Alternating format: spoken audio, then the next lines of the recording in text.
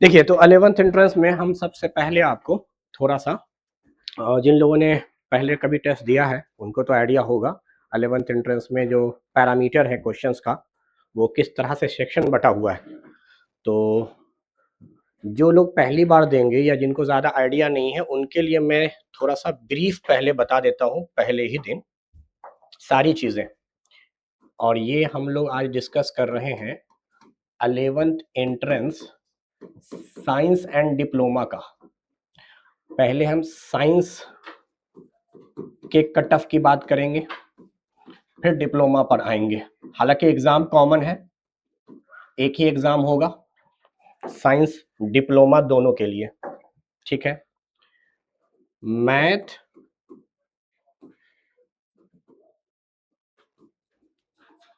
30 marks का आता है, 30 ऑब्जेक्टिव क्वेश्चन, 30 क्वेश्चन होंगे, हर क्वेश्चन एक नंबर का होगा।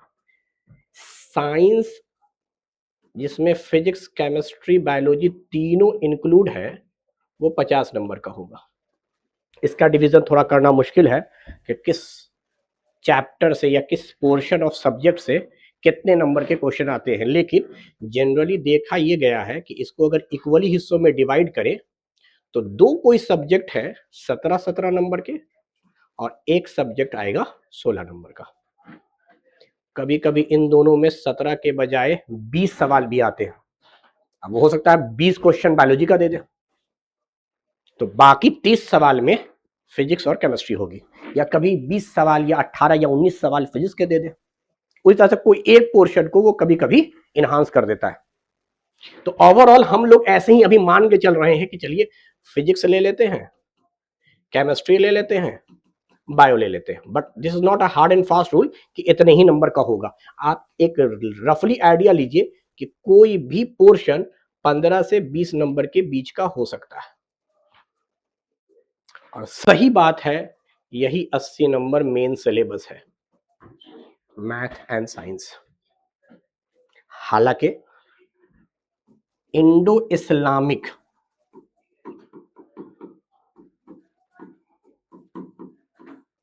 10 नंबर का, टोटल हो गए 90। पहले जीके आता था 10 नंबर का, अब इसको रिड्यूस करके 5 मार्क्स कर दिया गया है और इंग्लिश 5 मार्क्स की ऐड की गई है, इंग्लिश एज अ लैंग्वेज।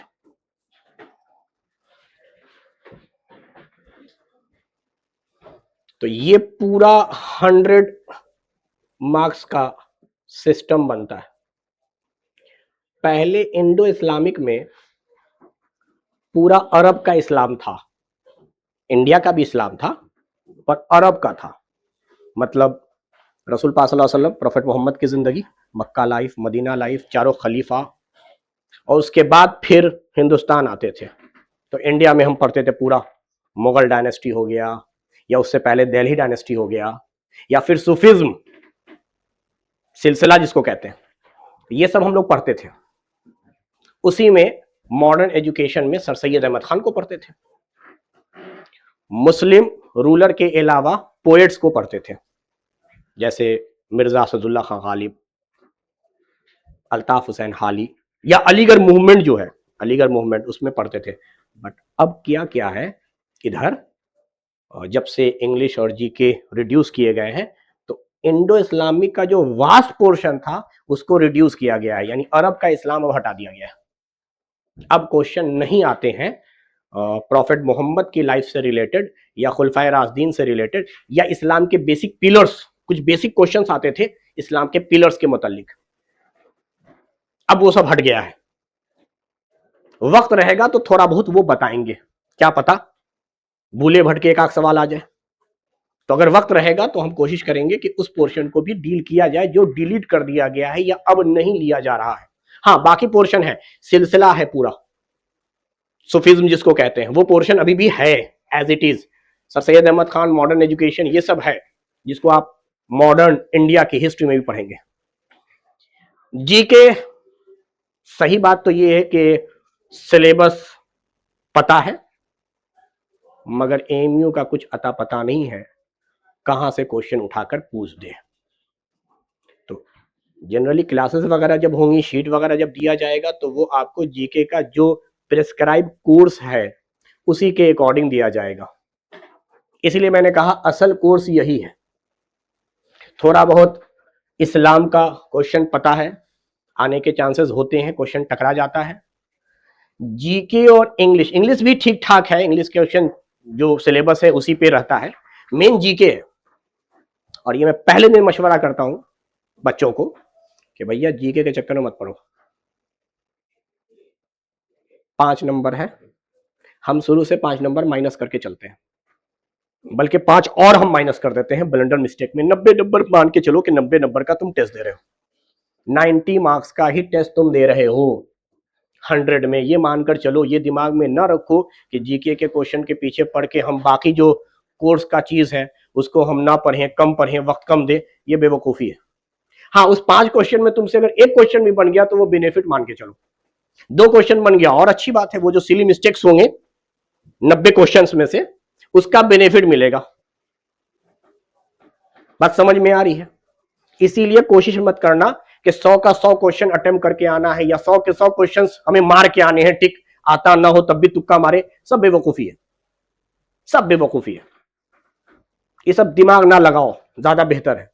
लगाते हैं दिमाग कि सर 5 गो तुक्का मारेंगे, 2 गो तो सही हो ही जाएगा, 2 गो सही हुआ 2 नंबर, 3 गो कटा तो 0.75, ओवरऑल 1.25 नंबर का फायदा। ये सब दिमाग मत लगाओ, कई बार 5 का 5 गलत होता है। ये सब बेकार बेकार की बातें मत किया करो मेरे सामने, और वो सब बात तो बिल्कुल हम सुनना ही नहीं चाहते हैं। सर लाइन से 5 गो ए मार देंगे, ये तभी होगा जब लाइन से 5 गो क्वेश्चन छूटेगा,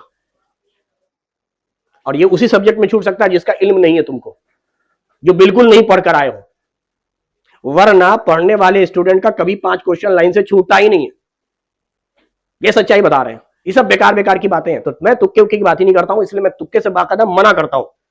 और अभी मैं बता रहा हूं, इस 100 में कायदे से अगर देखा जाए 60 या 60 से ज्यादा लाने पर 100% सिलेक्शन हो जाएगा एक्सटर्नल स्टूडेंट का। वैसे तो कट ऑफ कम जाता है, मैं तो बहुत सेफ साइड लेके चलता हूं, 60 पर 100% गारंटी है कि आपका सिलेक्शन हो जाएगा, क्वेश्चंस कितना भी आसान क्यों ना है।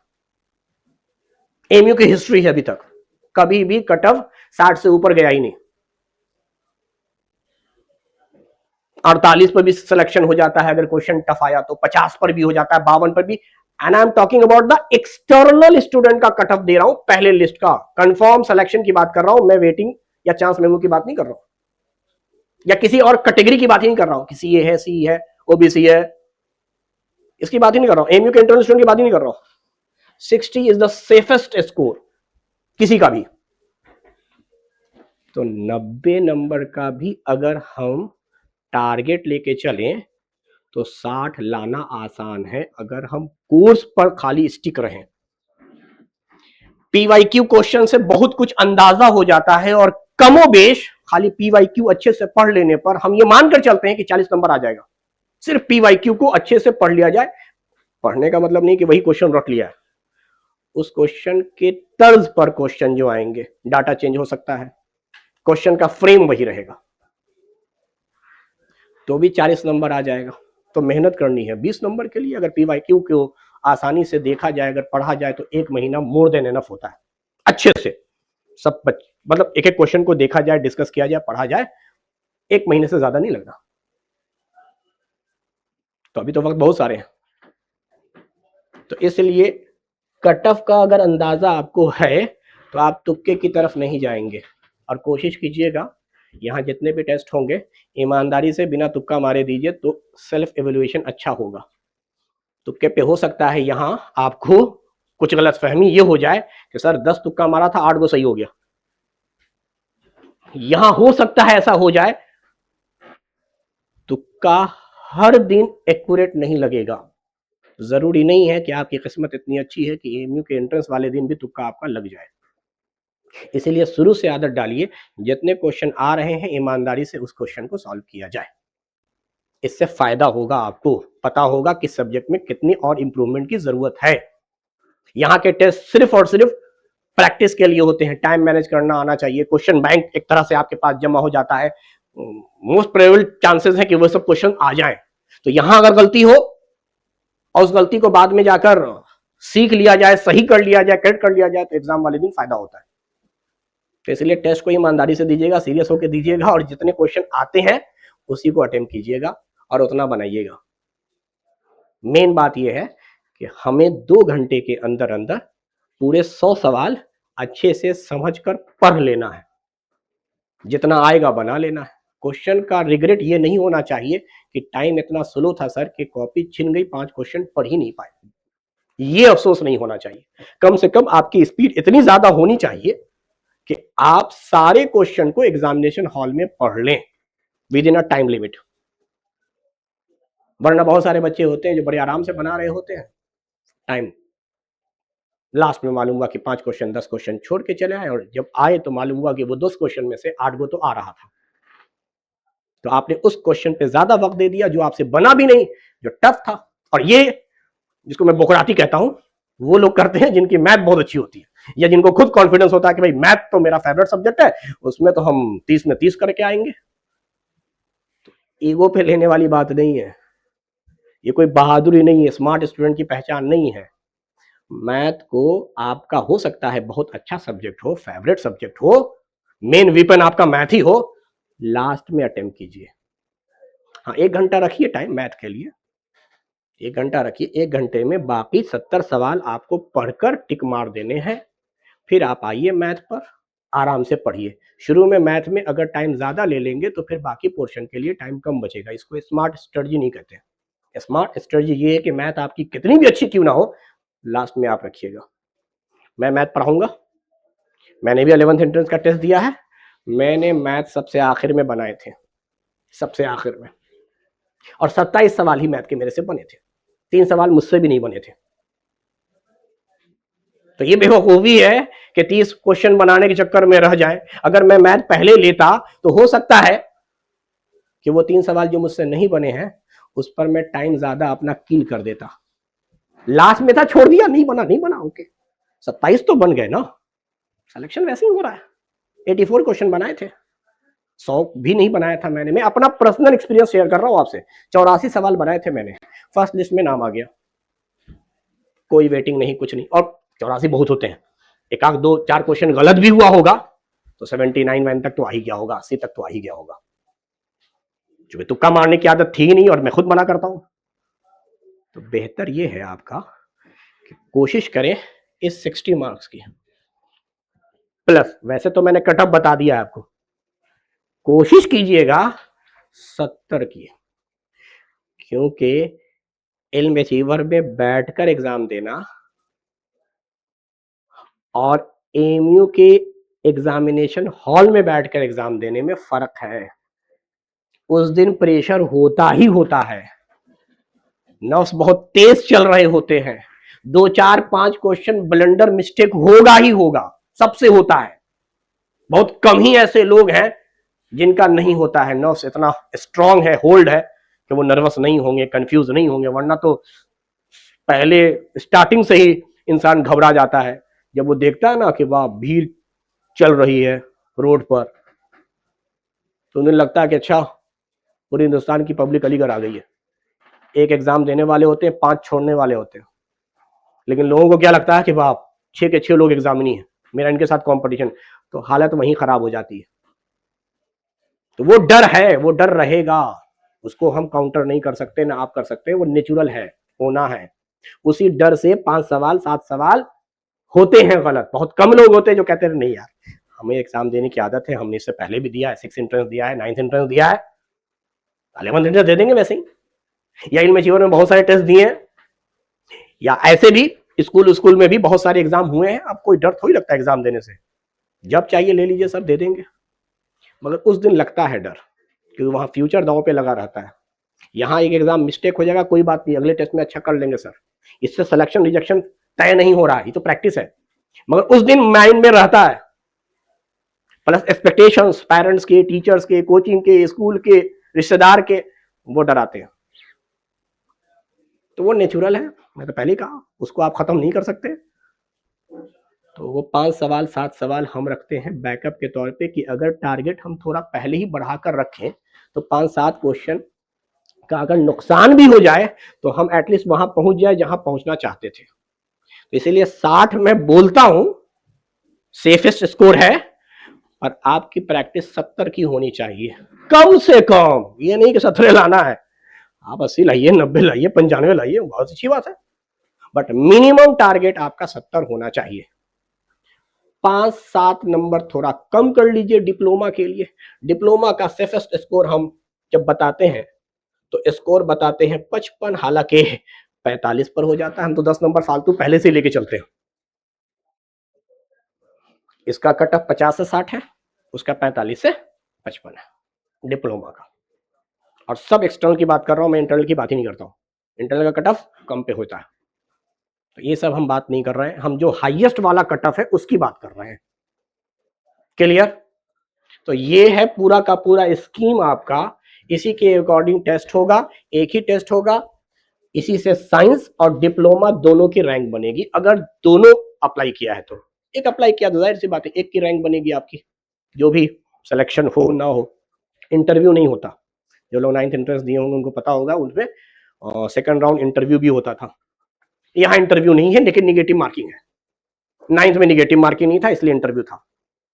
तो एक चीज से तो आप बच गए इंटरव्यू से, चलो भैया एक ही सिलेक्शन होना है, हो गया तो नाम आ जाएगा, अगले राउंड की जरूरत ही नहीं है।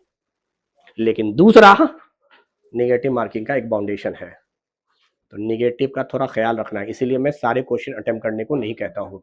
बहुत सारे अच्छे स्टूडेंट ऐसे भी मिले जो कट ऑफ स्कोर को पार कर चुके थे, मगर निगेटिव उसके बाद इतना कर दिया था कि निगेटिव की वजह से वो कट ऑफ से नीचे आ गए। ऐसा हुआ है कई बच्चों के साथ, इसलिए मैं मना करता हूं कि आप तुक्का ना मारें। और जब रेगुलर बैच था तो मैं देख रहा था, और मैं वो बिल्कुल पसंद नहीं करता हूं कि 50 नंबर का टेस्ट है, आपने 30 क्वेश्चन सही किए, 20 क्वेश्चन गलत किए। ये सीधे स्ट्राइक पता क्या करता है कि वो तो 30 सही है, उसमें भी 5 आपका तुक्के से सही हुआ होगा, 20 गलत नहीं हो सकता भाई, इम्पॉसिबल सी बात है, छोड़ देते ना, नहीं आता। तो आपने इसका मतलब 50 क्वेश्चन जबरदस्ती अटेम्प्ट किया, हो सकता है 25 ही की नॉलेज हो, वो 25 आपने सही बनाए होंगे, बाद में जो 25 आपने तुक्का मारा उसमें 5 सही हो गया, तो टोटल करेक्ट दिख रहा है 30, रॉन्ग दिख रहे हैं 20। इतना ज्यादा रॉन्ग अटेम्प्ट करना, ये मैं बेवकूफी समझता हूं, इसको मैं अक्लमंदी नहीं समझता हूं। आपके 2 गलत हो, 3 गलत हो, 4 गलत हो, 5 गलत हो, इतना तक तो टॉलरेट हो सकता है। इससे ज्यादा गलत इंडिकेट कर रहा है कि आपको आता वाता कुछ नहीं, आप तुक्का मार रहे हैं। एकदम ईमानदारी की बात बता रहा हूं, पहला स्ट्राइक जहन में मेरे यही आता है, कुछ तो माशाल्लाह है, करेक्शन से ज्यादा रॉन्ग है। अब पता नहीं वो पढ़ क्यों रहे हैं, ना पढ़े ज्यादा अच्छा है। कम से कम इस बात का अफसोस तो हमें नहीं होगा कि उनको पढ़ाया गया और उसके बाद वो ऐसी गलती कर रहे हैं। उनके वालिदैन को कम से कम अफसोस तो नहीं होगा कि यार इस पर इन्वेस्ट किया, इस पर खर्च किया, इस पर तवक्को रखी, उम्मीद रखी, और ये देखे नालायक ऐसा है, सही से ज्यादा गलत कर रहा है। वो तो गुनाह है, तो मैं गुनाह कहता हूं। सही से ज्यादा रॉन्ग होना मतलब गुनाह, आप पढ़ नहीं रहे, जस्ट टाइम पास कर रहे हैं, तो नुकसान फिर आपका है, बाद में रोते हैं। तो मैं कहता भी हूँ, क्या के लिए रो रहे हो भाई, रोना था पहले, अब कुछ नहीं हो सकता, रोते रहो। आज रो, 10 साल बाद भी रोना, 15 साल बाद भी रोना, क्योंकि जिंदगी तो आपको रुलाती रहेगी, ये बात सही है। तो जितनी जल्दी प्रैक्टिकल चीज़ों की इंफॉर्मेशन आपके पास हो जाए, नॉलेज आपके पास हो जाए, आप जितनी जल्दी नींद से बेदार हो जाए, जाग जाएं, उतना आपके लिए फ़ायदा है, आपके घर वालों के लिए फ़ायदा है, क्योंकि फ्यूचर उन्हीं के साथ आपका है। बुढ़ापा वालिदैन का अच्छा गुजारना चाहते हैं तो आप उस लायक बन जाइए, और उस लायक आप बनेंगे जब यही सब अपॉर्चुनिटी जो आपको मिल रही है इसको अच्छे से अवेल करेंगे। ये अपॉर्चुनिटी है, इसको अपॉर्चुनिटी लीजिए। जिंदगी हर को अपॉर्चुनिटी नहीं देती, बहुत सारे बदनसीब ऐसे भी होंगे जिनको ये अपॉर्चुनिटी नहीं मिलेगी, टेस्ट देने की, पढ़ने की, कोचिंग की नई फैसिलिटी होगी। तो आप कुछ नसीब समझिए, अपने आप को ब्लेस समझिए कि आपको अपॉर्चुनिटी दी जा रही है, आप उस अपॉर्चुनिटी को ईमानदारी से अवेल कीजिए। चलिए अब हम टॉपिक पर आते हैं। और पहला चैप्टर जो हम पढ़ाने जा रहे हैं वो मैथमेटिक्स का एक आसान सा चैप्टर है, प्रोबेबिलिटी।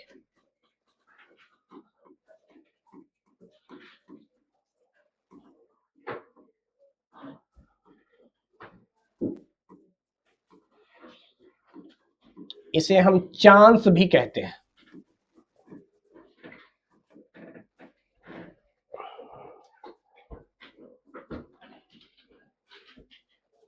प्रोबेबिलिटी हमेशा निकाली जाएगी किसी इवेंट की, कोई घटना जो होने वाला है, अभी हुआ नहीं है, होने वाला है, और होने से पहले आपको गेस करना है, कयास लगाना है कि क्या चांसेस है कि वो घटना घटेगा या नहीं घटेगा। समझ में आ रही बात? कोई घटना घटने वाली है, घटने से पहले आपको गेस करना है। सर्टेन ऑब्जर्वेशन होते हैं, उस बेस पर हम उसको गेस करते हैं। अगर आपने गेस कर लिया और वो घटना बाद में जाकर घटी और घटने के बाद आपको पता चलेगा कि आप सही थे या गलत थे, तो सबसे पहली बात, प्रोबेबिलिटी हम निकालते हैं किसी इवेंट का। और प्रोबेबिलिटी एक न्यूमेरिकल वैल्यू है जिसकी वैल्यू लाई करेगी, मान लीजिए P है और ब्रैकेट में लिखते हैं E फॉर इवेंट, जिसकी आप प्रोबेबिलिटी कैलकुलेट कर रहे हैं। प्रोबेबिलिटी का रेंज होता है 0 से लेकर 1 तक। 0 से प्रोबेबिलिटी की वैल्यू बड़ी होगी या बराबर होगी, और 1 से छोटी होगी या 1 के बराबर होगी। यानी 0 और 1 के बीच में लाई करती है, जिसमें 0 और 1 दोनों इंक्लूड है।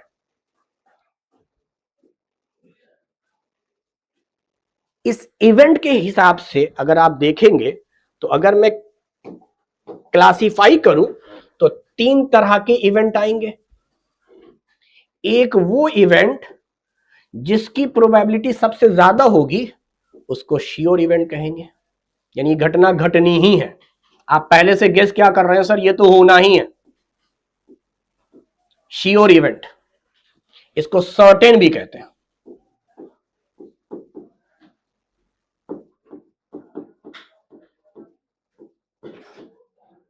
इसकी प्रोबेबिलिटी 1 होती है, यानी परसेंटेज में बोलेंगे तो 100%।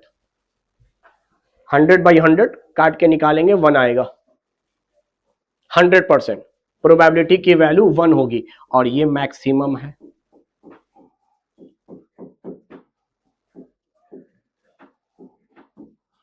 ऐसा इवेंट जिसके घटने के 100% चांसेस है, गारंटी है कि ये होना ही है। जैसे डाई देखा होगा लूडो में, पासा इसको कहते हैं आप, क्यूब 1 से लेकर 6 तक लिखा रहता है, हर नंबर एक एक बार होता है, 1 2 3 4 5 6, ये 6 फेज हैं, हर फेज पर एक एक वैल्यू लिखी हुई है। हमने कहा कि चलो डाई फेंको, 7 से कम आएगा, वो तो आएगा ही सर, 7 से कम तो आना ही है।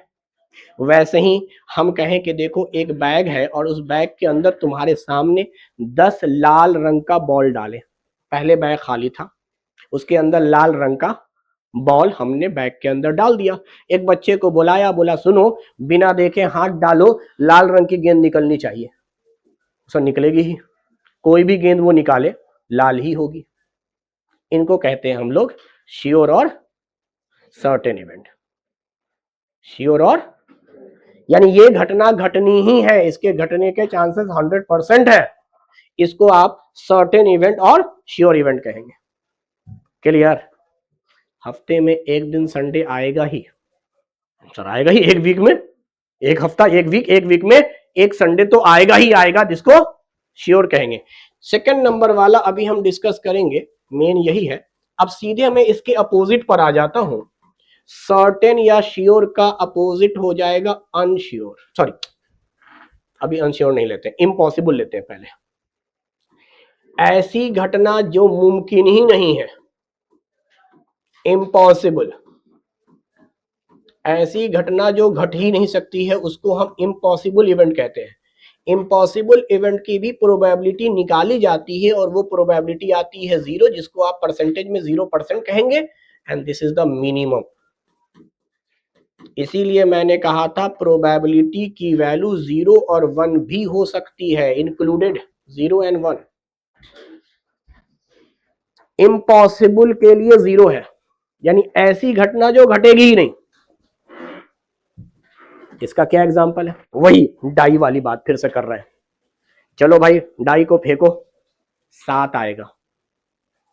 7 था ही नहीं सर, कहां से आएगा? इम्पॉसिबल सी बात है, 7 नहीं आ सकता। बात समझ में आई?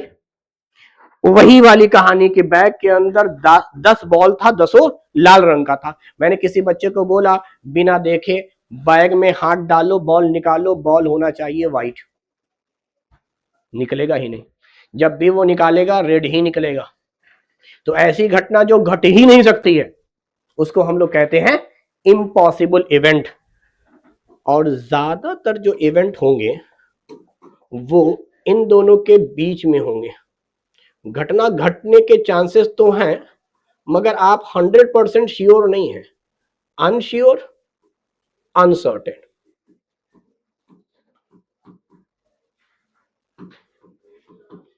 यानी ये घटना घट भी सकती है, नहीं भी घट सकती है।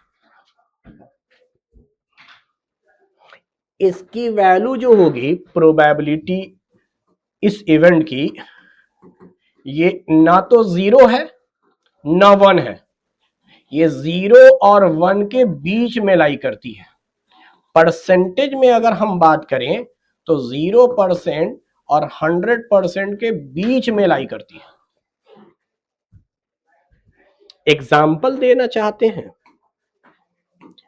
हम, इसमें वैल्यू का एग्जाम्पल आपको दे रहे हैं। अगर डेसिमल में निकाल रहे हैं, हो सकता है 0.1 हो सकता है 0.2 हो सकता है 0.9 हो सकता है 0.85 हो।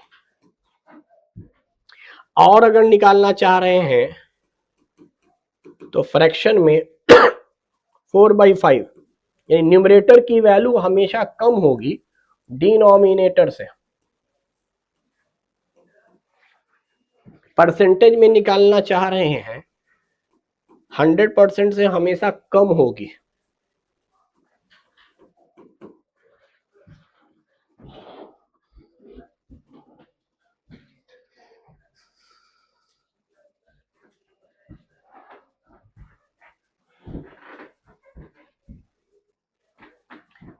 तो प्रोबेबिलिटी किसी इवेंट का निकलता है। अब हम आगे चल के देखेंगे कि इवेंट को हम लोग कितने तरीके से पढ़ेंगे।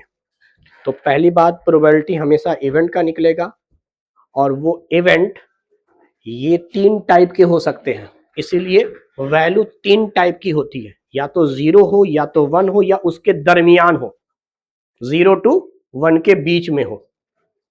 क्लियर? चलिए,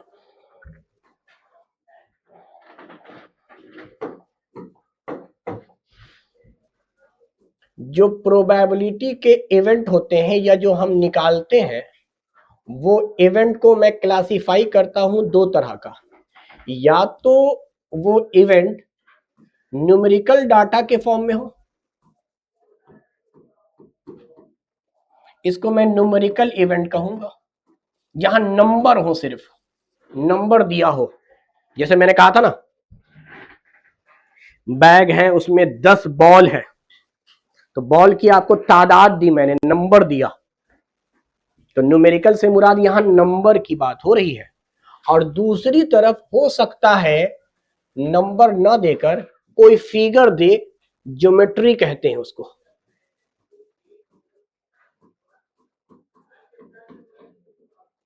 ज्योमेट्रिकल इवेंट, यहां गिवन होगा फिगर। ज्योमेट्रिकल इवेंट के अंदर आपको क्वेश्चन में गिवन होगा फिगर, जबकि यहां गिवन होंगे नंबर।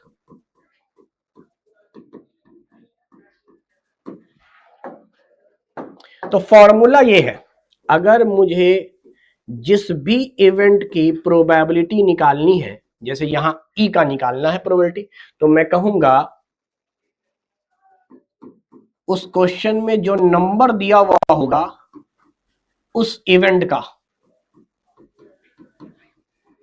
गिवन नंबर ऑफ ई कोई पर्टिकुलर इवेंट है, उसका नंबर, जिसकी प्रोबेबिलिटी निकालनी है उसी का नंबर न्यूमरेटर में रखेंगे, और नीचे टोटल नंबर,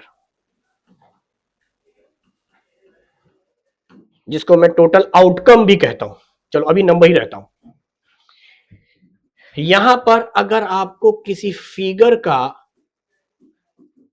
इवेंट निकालना है तो आपको इस फिगर का एरिया लेना होगा।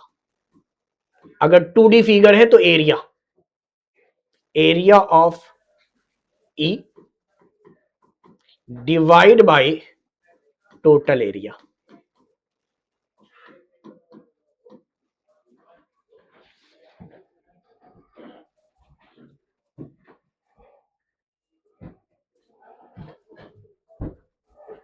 और अगर 3D फिगर है तो वॉल्यूम लेना होगा।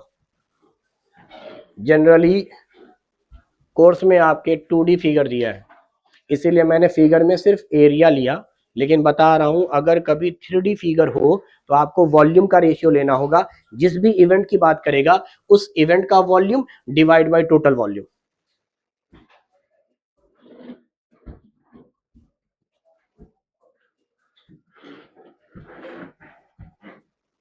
ठीक है, चलिए मैं सबसे पहले ज्योमेट्रिकल वाली बात करता हूं, फिर इवेंट वाले में, नंबर वाले में हम बात करेंगे। ज्योमेट्री वाला थोड़ा आसान है, इसलिए मैं पहले जल्दी से बात कर लेता हूं, इसमें ज्यादा ट्विस्टेड सवाल नहीं बनते।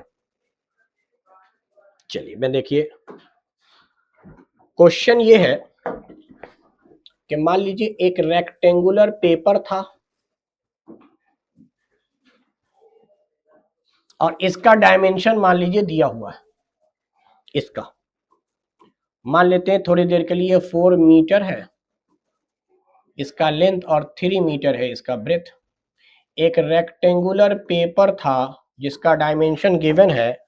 अब इसके अंदर मान लेते हैं एक सर्किल हमने ड्रॉ किया है। इस सर्किल का रेडियस हम मान लेते हैं 1 मीटर।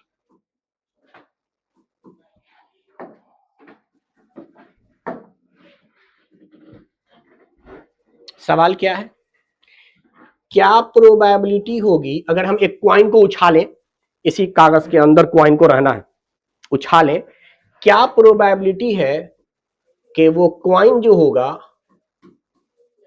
ड्रॉप इन सर्किल, क्या चांसेस है कि वो सिक्का जो उछाला गया है वो सर्कुलर रीजन में ड्रॉप करे।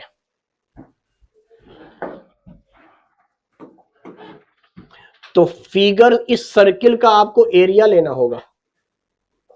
इवेंट है सर्किल के अंदर ड्रॉप होना, तो सर्किल के अंदर का area divide by total area 4 × 3। बाकी आप सॉल्व कीजिए, खुद ब खुद आ जाएगा। आर की वैल्यू 1, आर की वैल्यू 1 रखेंगे तो यहां सिर्फ पाई बचेगा और नीचे हो गया है 12। बाकी पाई की वैल्यू आप रख दीजिए 22/7, नीचे तो है ही 12। चलिए सॉल्व कर लेते हैं। ये तो कट जाएगा 2 से, 11 6 यानी 11/42 लेस देन 1 मोर देन 0। 0 से बड़ा है, 1 से छोटा है। अनश्योर अनसर्टेन, कोई गारंटी थोड़ी है कि आप सिक्के को उछालेंगे तो सर्किल ही में ड्रॉप हो सकता है सर्किल के बाहर भी होगा, सर्किल के बाहर भी ड्रॉप हो सकता है। तो अगला सवाल अगर यही हो, क्वाइन ड्रॉप्स आउटसाइड सर्किल, तो अब देखिए या तो आप इस इवेंट का एरिया निकालिए कि सर्किल के बाहर का एरिया कितना है, यानी रिमेनिंग हिस्सा। पूरे रेक्टेंगल के एरिया में से सर्किल का एरिया माइनस कीजिएगा तो बाहर का एरिया आ जाएगा। बाहर के एरिया की बात कर रहा है कि सर्किल के बाहर कितना एरिया है। एक तरीका तो ये, दूसरा सुनो, हम ये मानते हैं ये जो हमने सॉल्व किया इसमें जो नीचे आ रहा है ये टोटल एरिया है 42। जो प्रोबेबिलिटी फ्रैक्शन में आपको दिखाई दे रहा है उसका जो डिनोमिनेटर है वो बताता है टोटल एरिया। टोटल एरिया 42 माना गया है और न्यूमरेटर आपका इवेंट था। तो आपने शुरू में निकाला कि सर्किल का एरिया 11 होगा, उसके रेस्पेक्ट में इस रेक्टेंगल का एरिया 42 है। तो जब आप एक निकाल चुके हैं तो दूसरे को आप बाकायदा पूरा फॉर्मूला से मत निकालिए, निकाल कर देखिएगा वही आवेगा। 42 पूरा एरिया है, सर्किल का एरिया 11 है, 42 में से 11 माइनस कर दीजिए, आउटसाइड का एरिया आ जाएगा। आउटसाइड का एरिया नीचे तो टोटल 42 ही बचेगा। तो 42 में से अगर 11 चला तो बचा 31। तो इसकी प्रोबेबिलिटी अगर आप निकालेंगे तो 31/41 आएगा। यानी अगर आपने एक निकाल लिया है तो अगला जो निकालना होगा वो माइनस करके आप निकाल सकते हैं। अगर दो ही इवेंट की बात होगा तो आगे चल के बात करेंगे, इनको हम लोग कॉम्प्लीमेंट्री इवेंट कहते हैं। सर्किल के अंदर गिरना, सर्किल के अंदर नहीं गिरना, सर्किल के अंदर गिरना, सर्किल के अंदर नहीं गिरना। सर्किल के अंदर नहीं गिरना मतलब सर्किल के बाहर गिरना। इन दोनों के प्रोबेबिलिटी को कॉम्प्लीमेंट्री इवेंट कहेंगे और इनका सम हमेशा 1 होगा। समझ में आई बात? अच्छा, हो सकता है इसी रेक्टेंगुलर फिगर के अंदर आपको एक स्क्वायर बनाकर दे दे।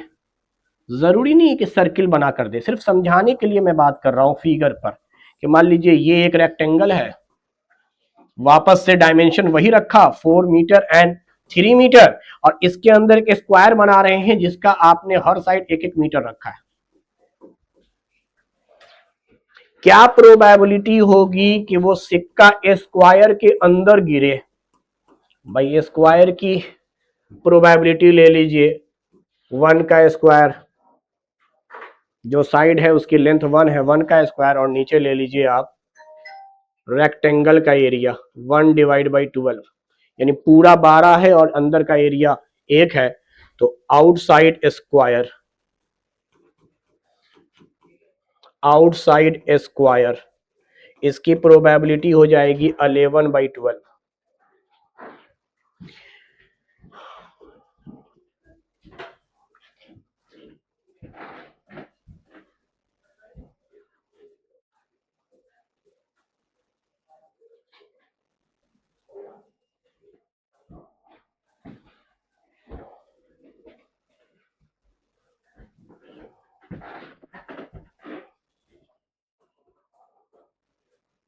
ठीक है, ठीक है।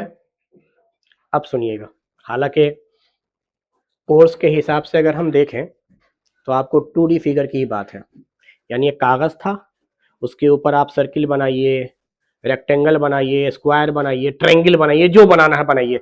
इस पूरे रेक्टेंगल शीट में हम कुछ बना सकते हैं। 2D फिगर की बात हो रही थी, अब मैं जानबूझ के आ रहा हूँ 3D फिगर में। मैं ये कह रहा हूँ, मान लीजिए ये रूम है और इस रूम के ठीक बीचों बीच में एक हमने गिलास रख दिया या ड्राम रख दिया या पाइप रख दिया जो सिलेंड्रिकल शेप का है, और एक सिक्के को हम इस रूम के किसी कोने से या रूम के बाहर से इस रूम के अंदर सिक्के को उछालते हैं। क्या चांसेस है कि वो सिक्का उस गिलास या उस पाइप या उस ड्राम में यानी उस सिलेंडर के अंदर ड्रॉप होगा? समझ में आ रही बात? एक क्यूबॉइड शेप का रूम था, उस रूम के अंदर एक पाइप रख दिया गया था, कहीं पर भी किसी भी पोर्शन में, बीच में रखो, किनारे में रखो, कहीं पर एक ड्राम रख दिया गया है, रूम के अंदर सिक्का उछाला गया है और वो सिक्का उछलने के बाद उस ड्राम में गिरेगा। तो हमें ड्राम का volume divide by total room का वॉल्यूम करना होगा। समझ में आ गई बात? ड्राम का वॉल्यूम हम निकाल लेंगे, पाई आर स्क्वायर एच, हो सकता है उसका रेडियस और हाइट देगा, और टोटल रूम का लेंथ, ब्रेथ और हाइट देगा। इजिली वॉल्यूम बाय वॉल्यूम कर लेंगे। इसीलिए प्रोबेबिलिटी की कोई यूनिट नहीं होती है, सेम चीज का रेशियो होता है, नंबर का नंबर के साथ। नंबर का तो वैसे भी कोई यूनिट नहीं था, वॉल्यूम है तो वॉल्यूम का यूनिट अगर हम मीटर क्यूब ले रहे हैं तो नीचे भी टोटल वॉल्यूम मीटर क्यूब में आएगा। मीटर क्यूब कट जाएगा, सिर्फ न्यूमेरिकल वैल्यू होता है, सिर्फ न्यूमेरिकल वैल्यू होता है, और वो वैल्यू 0 1 के बीच में लाई करेंगे या 0 और 1 होंगे, उसके अलावा नहीं हो सकता। प्रोबेबिलिटी निगेटिव में नहीं आती है, 1 से ज्यादा नहीं आती। 1 से ज्यादा का मतलब कभी ऐसा नहीं होगा कि 100% से ज्यादा आ जाए, 105% प्रोबेबिलिटी नहीं हो सकती। उसी तरीके से अगर न्यूमेरिकल वैल्यू है तो न्यूमरेटर कभी डिनोमिनेटर से बड़ा नहीं हो सकता, क्योंकि जो डिनोमिनेटर होगा वही टोटल होगा। तो ऐसा कभी नहीं हो सकता कि आपको 11 नंबर आ जाए 10 नंबर के टेस्ट में, 11/10, ये पॉसिबल नहीं है। 11/10 नहीं हो सकता। 11 न्यूमरेटर है, 10 डिनोमिनेटर है, ये पॉसिबल नहीं है। और अगर आप इसको डेसिमल में कन्वर्ट करेंगे 1.1 होगा, 1 से ज्यादा आ गया, ये पॉसिबल नहीं है। इसीलिए 1 को मैंने मैक्सिमम कहा था, श्योर सर्टेन, उससे ऊपर नहीं हो सकता। क्लियर? अच्छा, अब सुनिए, दो टर्म पर पहले आते हैं, या चलिए पहले एक क्वेश्चन करते हैं न्यूमेरिकल वाला, फिर उसके बाद हम बात करेंगे दो टर्मोलॉजी की। तो एक क्वेश्चन में ऐसे ही समझाने के लिए बता रहा हूं कि मान लीजिए एक बैग है और इस बैग के अंदर हमने 5 red ball, 2 white ball, 3 black ball. एक बैग है, उसमें टोटल 10 बॉल हमने रखा है। अच्छा, ये बॉल जो है वो सेम क्वालिटी के हैं, शेप, साइज, हार्डनेस, सिर्फ रंग इनका अलग है। जब मैं रंग की बात करता हूं तो सिर्फ ये रंग के बेस पर डिस्टिंग्विश हो सकते हैं, वो आप देखकर बताएंगे। आंख पे पट्टी बांधकर अगर आपको रेड और ब्लैक बॉल हम छूने को कहें, आप कहिएगा दोनों एक क्वालिटी का बॉल है सर। आप बिना देखे नहीं बता सकते कि कौन रेड है, कौन ब्लैक है, कौन व्हाइट है। समझ में, सिर्फ रंग पर फर्क है। तो एक बैग के अंदर हमने आपके सामने 5 red, 2 white, 3 black ball drop कर दिया, बैग को बंद कर दिया, रैंडम मोशन करा दिया। अब आपको नहीं पता कौन सा बॉल कहां है। एक बच्चे को बुलाया और कहा कि भाई तुम बिना देखे बैग के अंदर हाथ डालो और निकालो ब्लैक बॉल।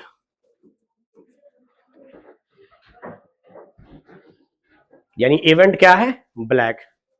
तो न्यूमेरिकल वाले में मैंने बताया था कि जिस भी इवेंट की बात करेगा आपको उसका नंबर लेना है, फिगर देगा तो एरिया लेना है या वॉल्यूम लेना है, 3D फिगर की बात करेंगे तो, और अगर न्यूमेरिकल होगा तो नंबर लेना होगा। तो आप देखिए इस इवेंट के अंदर ब्लैक का नंबर कितना दिया हुआ है और टोटल नंबर कितने हैं। इसका मतलब क्या हुआ?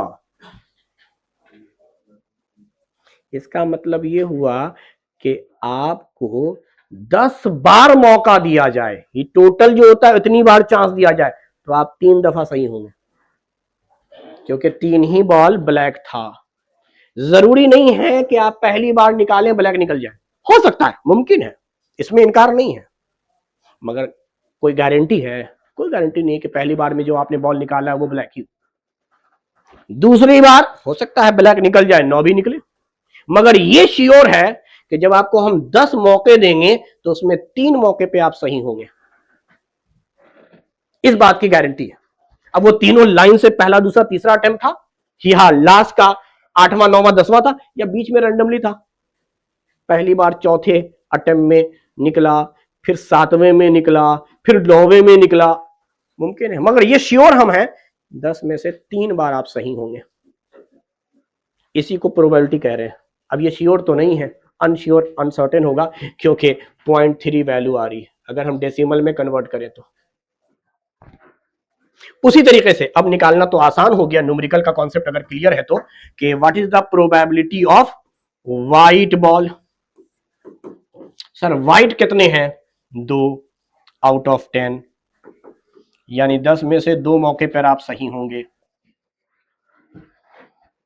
अब तो सीधा सीधी निकाल देना, अब तो कुछ करना ही नहीं है। जिस भी इवेंट की बात करेगा हम उसका नंबर देखेंगे।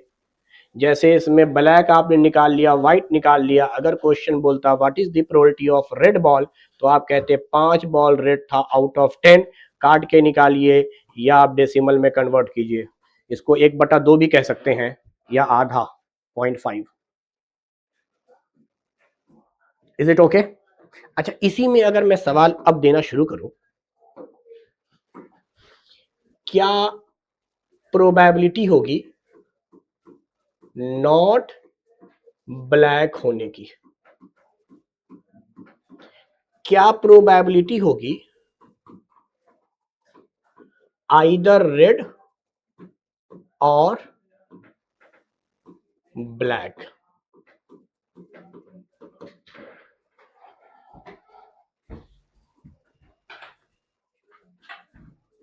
यानी आपकी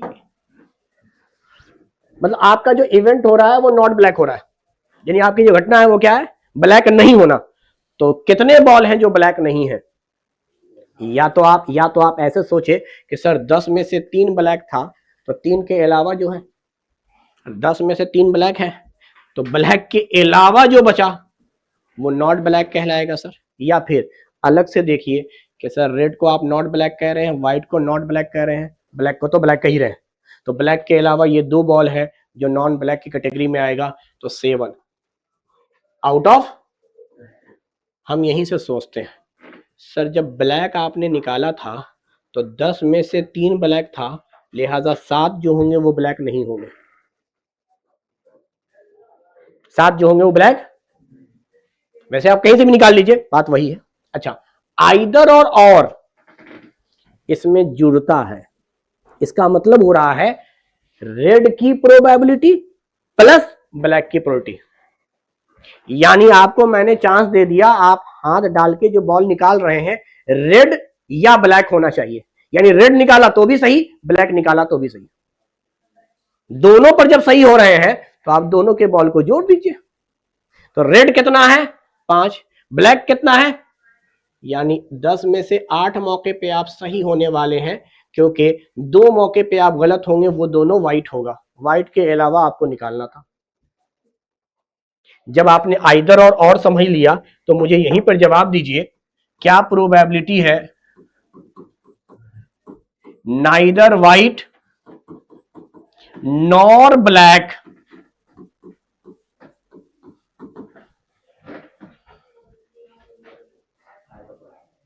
आइदर में जुड़ता है, नाइदर में घटता है।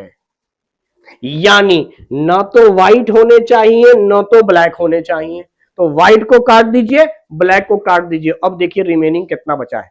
आइदर में रेड को ले लीजिए, ब्लैक को ले लीजिए। आइदर में हमने रेड को लिया था, ब्लैक को लिया था, नाइदर में नहीं लेना है, यानी व्हाइट नहीं लेना है। व्हाइट हट गया भाई, ब्लैक भी हट गया, अब बचा कौन?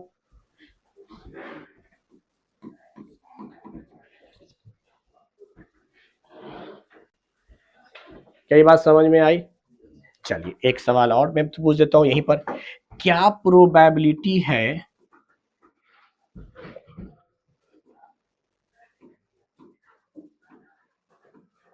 ग्रीन बॉल की? This is called impossible event. जब बैग में ग्रीन कलर का बॉल डाला ही नहीं है तो ग्रीन का नंबर है 0 आउट ऑफ 10, यानी 10 बॉल आप निकाल दोगे, एक भी ग्रीन नहीं आवेगा। इम्पॉसिबल, ये घटना घट ही नहीं सकती, बैग में ग्रीन है ही नहीं, आप निकालते रहिए ग्रीन कभी नहीं निकलेगा। दिस कॉल इम्पॉसिबल, लेकिन घटना माना जाएगा, इम्पॉसिबल इवेंट होते हैं और इसकी प्रोबेबिलिटी 0 आती है, दिस इज द मिनिमम, इसलिए निगेटिव में प्रोबेबिलिटी नहीं होती, सबसे छोटी तो हो गई 0। अच्छा, इसी में अगर मैं आपसे सवाल पूछ दूं,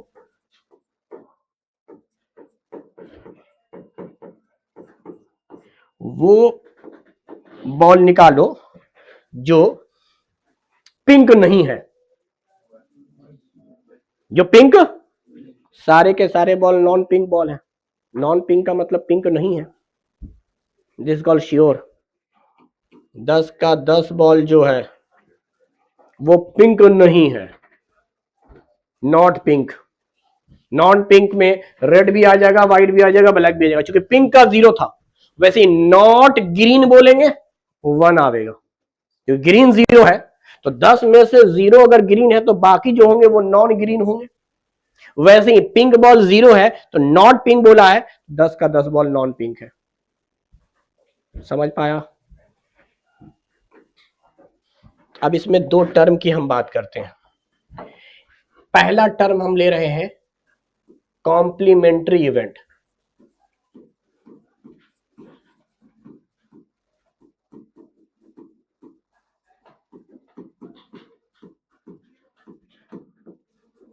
कॉम्प्लीमेंट्री इवेंट।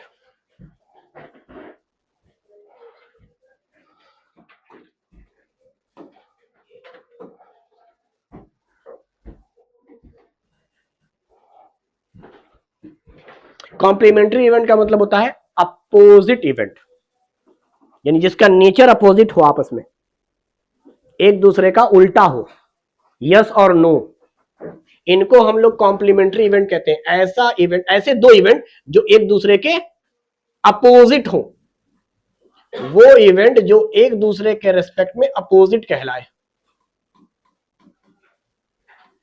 शॉर्ट में WRT लिख रहे हैं, with respect to each event.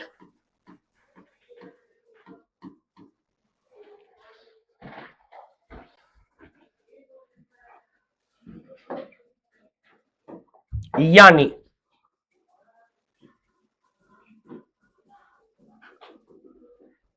Red और नॉट रेड, इन इवेंट को हम लोग कहेंगे कॉम्प्लीमेंट्री। यानी किसी बैग में रेड बॉल निकालने की घटना और उसका अपोजिट हो जाएगा रेड बॉल नहीं निकालना है, आपको रेड के अलावा निकालना है। तो रेड बॉल निकालना और रेड बॉल नहीं निकालना, इनको हम लोग कह रहे हैं एक दूसरे का अपोजिट। समझ पा रहे हो? इंडिया पाकिस्तान में मैच हो रहा है क्रिकेट का, इंडिया के जीतना, इंडिया का नहीं जीतना एक दूसरे का अपोजिट है। इंडिया के जीतने की और इंडिया के नहीं जीतने की, इन दोनों को आपस में कहेंगे कॉम्प्लीमेंट्री इवेंट। दो बच्चे हैं, दोनों अपना बर्थडे सेम डे मनाते हैं, सेम डे नहीं मनाते हैं। अच्छा, सेम डे नहीं मनाने को आप कह सकते हैं डिफरेंट डे मनाते हैं। दो बच्चे हैं, दोनों सेम डे अपना बर्थडे सेलिब्रेट कर रहे हैं या अलग अलग दिन सेलिब्रेट कर रहे हैं, ये भी एक दूसरे का कॉम्प्लीमेंट्री इवेंट होगा। तो पहले समझो कॉम्प्लीमेंट्री क्या है। शॉर्टकट में मैं कॉम्प्लीमेंट्री को कहता हूं event of yes and no. Event of यानी उस घटना के होने और न होने की प्रोबेबिलिटी। अच्छा, ये तो इवेंट की बात की। क्वेश्चन कहता है इन इवेंटों की जो प्रोबेबिलिटी होगा उनका सम निकालिए। Sum of probability of complementary event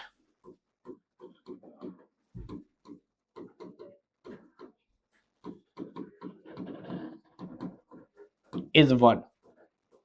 probability की वैल्यू मैक्सिमम होगी। अच्छा, कॉम्प्लीमेंट्री इवेंट हमेशा पेयर में होते हैं, एक यस एक नो। किसी भी क्वेश्चन में आप देखेंगे यस और no, probability of white ball plus probability of not white. White ball निकालिए, व्हाइट बॉल नहीं निकालिए, एक दूसरे का अपोजिट हो गया, इनकी प्रोबेबिलिटी का सम 1 होगा और ये दोनों इवेंट आपस में कॉम्प्लीमेंट्री इवेंट कहलाएंगे। इसीलिए कॉम्प्लीमेंट्री इवेंट की प्रोबेबिलिटी का सम हमेशा 1 होता है।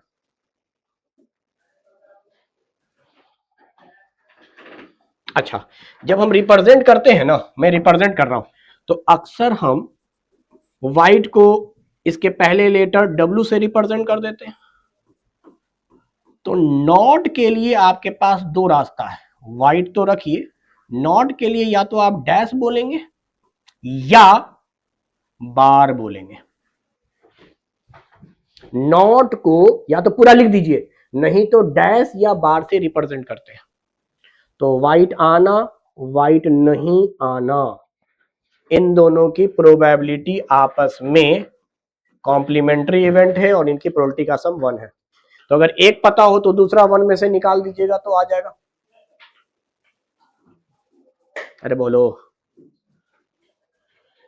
तो कॉम्प्लीमेंट्री इवेंट पर एक आध सवाल पहले बनाते हैं। सवाल सुनिए क्या है।